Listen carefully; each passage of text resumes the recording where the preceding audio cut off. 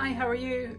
Sorry, I have been a bit quiet because I've been organising a funeral and all that entails. So that's kind of, you know, I don't have to explain. Anyway, I wanted to come on quickly because obviously there's been some really interesting news today with regard to a big report which has been put out by the Women's Rights Network, which I'm in, and although I'm not part of the work that's been done, but I wanted to draw your attention to it because it's really, really important. And it also feeds into some of the other videos that I've done with regards to what's going on in the NHS, because obviously I did some stuff around Annex B, the issue around single-sex wards, and I talked about some of the vulnerabilities and some of the assaults that happened, specifically when I did some of the stuff around mental health wards.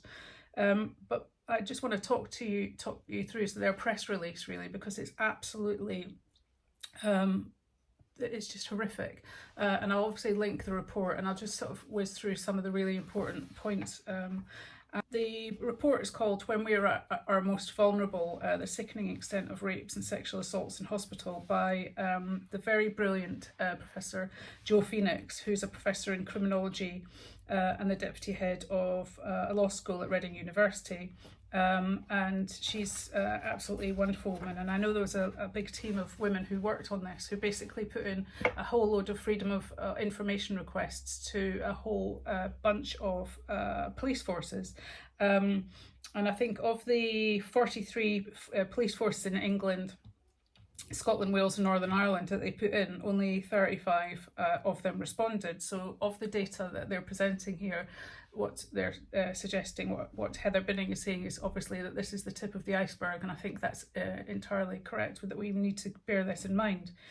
So essentially, the headline is that women and children are being failed, and I completely agree with that, because what they found is that more than 6,500 rapes and sexual assaults took place, and that some of those were against children. The other thing is that this the really, really low charge rate for this, which, as we know, is reflective of sexual offence charges in the general population. So only 265 people, which is 4.1%, are known to have been charged for these offences. And this data that they've looked at over a 3-year period took place under COVID, the COVID time. And if you were anywhere near a hospital during that time, you will know that was they were incredibly locked down and secure, and it was actually very difficult to just stroll into a hospital, which makes this even more horrific to think about. So here we've got 2,088 rapes and 4,451 sexual assaults, totaling 6,539 in hospitals, which were recorded by these police forces. And I think one of the things which just makes this even more harrowing is the addition of children to this. The rape of a female child under 13, and also the rape of a female over 16 by multiple offenders in a hospital within the West Midlands. 3 rapes of a female under 16 in Cambridgeshire, and 6 rapes of girls under 13 in Lancashire. They go on to talk about the fact that some of the hospitals are closely monitored by CCTV, and that wards often have secure entry systems.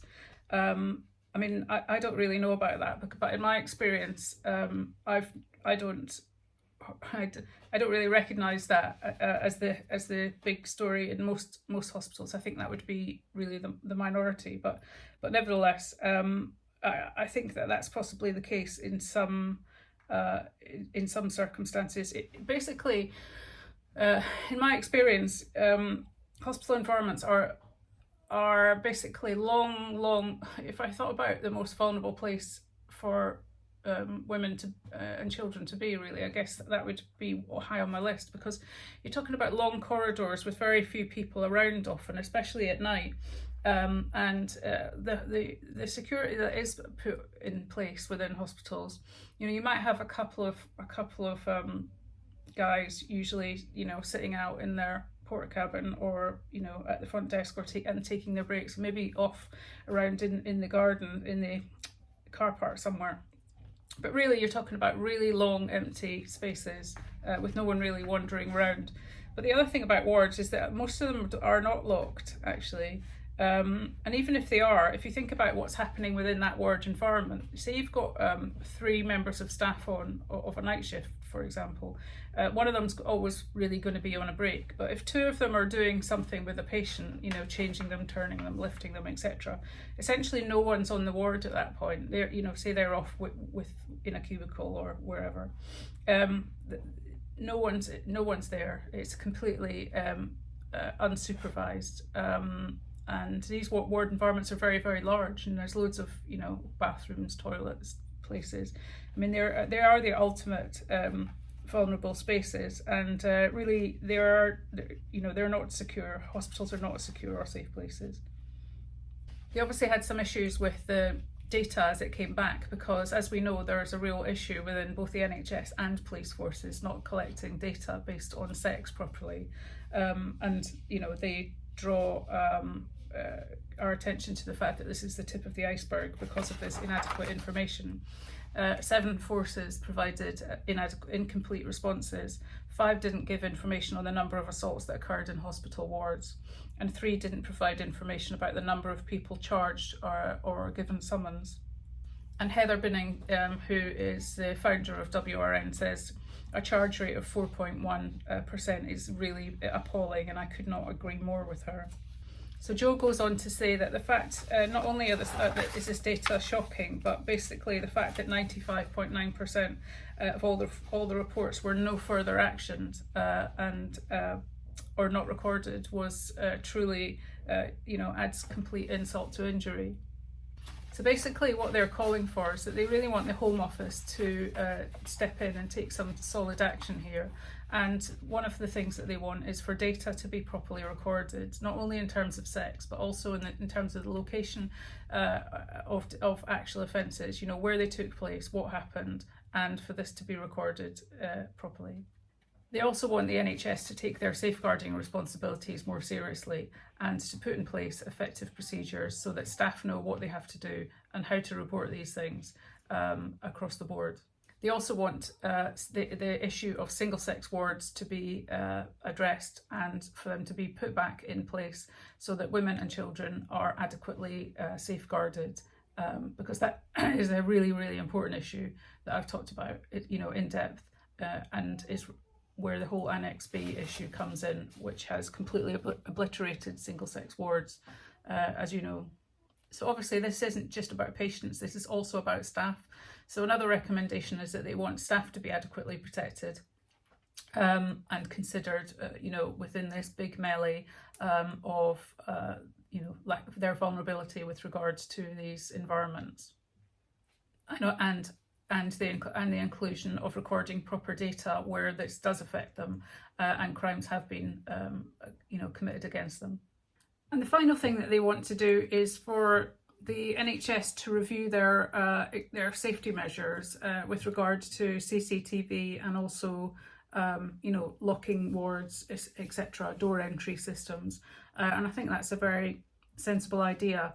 I certainly think that a lot of children's wards, maternity wards, places like infant areas, where there is babies, special care baby units, ITU, they are absolutely already, that's a given that they have locked door entry systems.